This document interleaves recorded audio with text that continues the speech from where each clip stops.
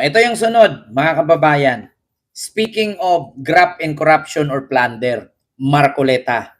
Nako. Kent, ano na naman yan kay Marcoleta? Mga kababayan na sorry to say, pero ito, nagtatanong lang Nagtatanong lang ako. Nagtatago na ba si Marcoleta? Nagtatago na nga ba si Marcoleta? Iangat natin yung buhok na, oy, yung buhok ko, original to ha. Ayan oh. Kahit ihilain ko yan ha. Kahit ganon ko yan. Totoo yung buhok ko ha. Mahaba lang. Hindi lang ako nagpapagupit. Kasi walang time. Original yung buhok ko. Mga kababayan, nagtatanong lang po, nagtatago na ba si Rodante Marcoleta? Bakit? Ito po kasi mga kababayan, ito po ay galing sa Billionaire News Channel. Nagkaroon po kasi ng caucus, no? Caucus ang Senado. Ngunit mga kababayan, si Marcoleta ay hindi po sumipot at hindi na nagpapakita. Pakinggan natin. Nobody talks about Wait lang ha, mga kababayan. Your belly sticks out like this. Your chest is heavy like this. Your back is stiff like this. No show si Senador Dante Marcoleta sa All Senators Caucus ngayong araw. Pero di naman daw napag-usapan sa pagpupulong ang kanyang plunder case. Narito ang agenda report ni Hannah T. Wala si Senator Dante Marcoleta sa All Senators Caucus ngayong araw. Nako. Wala. Inasaan? Yan ang tanong ngayon, mga kababayan. Wala. Ito, sa akin mga kababayan. Pagkatapos ng rally, umakyat si Marcoleta, si Robin, si Amy. Pero si Robin, kasali sa caucus. Ayan, pakita ko sa inyo Si Robin kasali sa caucus at si Lorin Ligarda. Ayan Robin, Lorin. Nasa caucus ng Senado. So, ang tanong ngayon, wala si Marcoleta. Nagtatago na nga ba? Pangalawa, baka pag lumabas to, naka-wheelchair na. Ito, aabangan natin mga kababayan. Nagtago nga ba si Marcoleta at baka pag lumabas, naka-wheelchair na ba siya?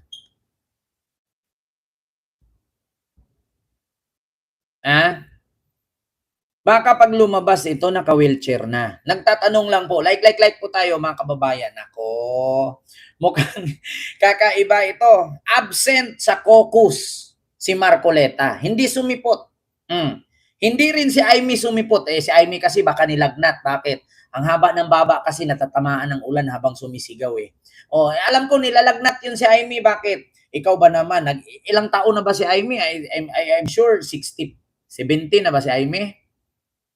70 na ba si Amy, mga kababayan? Kasi mas matanda pa kay BBM yan alam nyo naman kapag may edad na, pag sumigaw ng malakas, di ba? Pag sumigaw ng malakas yan, either sasakit ang tuhod, or either magkalagnat. Diba? Libel convicted, hello po. Kasi ako, maintindihan ko si Amy. Ikaw ba naman sisigaw doon na, walang awa! Ang administrasyon na ito, mas pinili pa ang magbiyahe sa ibang bansa kaysa tugunan ang problema ng bayan sa mahal ng gasolinang hindi abot kaya. Nilalagnat yun. Nabibinat yung botox. Siyempre, ang botox, higpit yon. Nilalagnat, naintindihan ko na hindi dumalo. Pero si Marcoleta, si Robin nga, nakadalo Akin ang entabladong ito, mga tol. Anong ikakaso nila sa akin, mga tol? Present si Robin, Si Marcoleta, bakit wala? Ma'am Biabeng, hello po. Kasi, nagtatago na ba? At baka pag lumabas si Marcoleta, naka-wheelchair na. O baka naman ang idahilan ni Marcoleta, nagpa-implant siya ng buhok.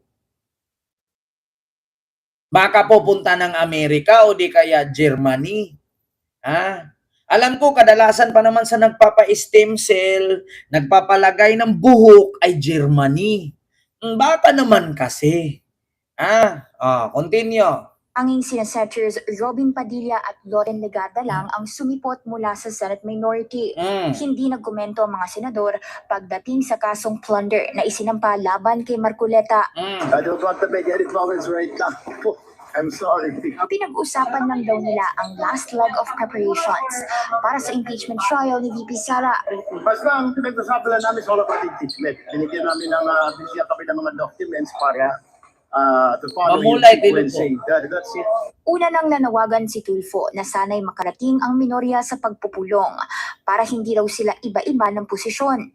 Pasok na ako kayo. Pag-usapan natin kung impeachment yan.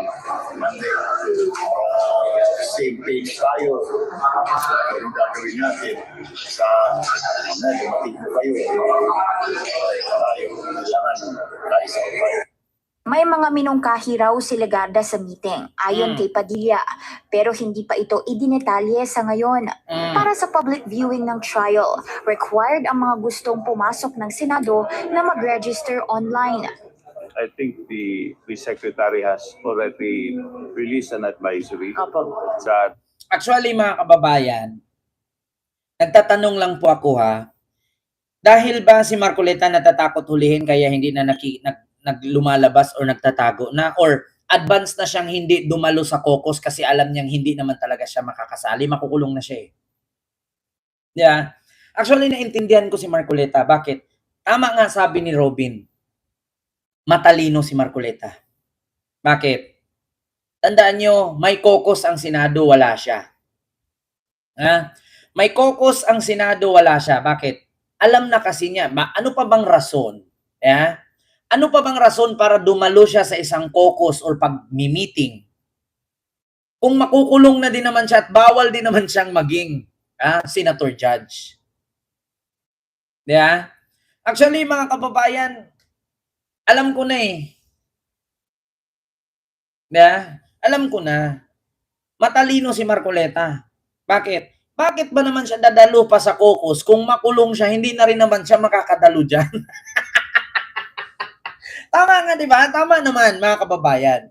Kaya nga ako nagtatanong kung nagtatago ba siya. Pero para sa akin, kahit naman pumunta siya o sa hindi na rin naman siya makakadalo sa impeachment trial bilang senator judge ni Sara. Kasi makukulong na siya Hindi naman na siya makapagsuot ng pulang toga ba ang tawag doon, o red rab, no? Kasi kulong na siya Maliban na lang kung gumawa ng panukala ang Senado na padaluhin sila. 'Di ba? Wala na, mga kababayan. Kaya tama lang. Ngayon na-gets ko na. Kaya pala wala si Marcoleta diyan.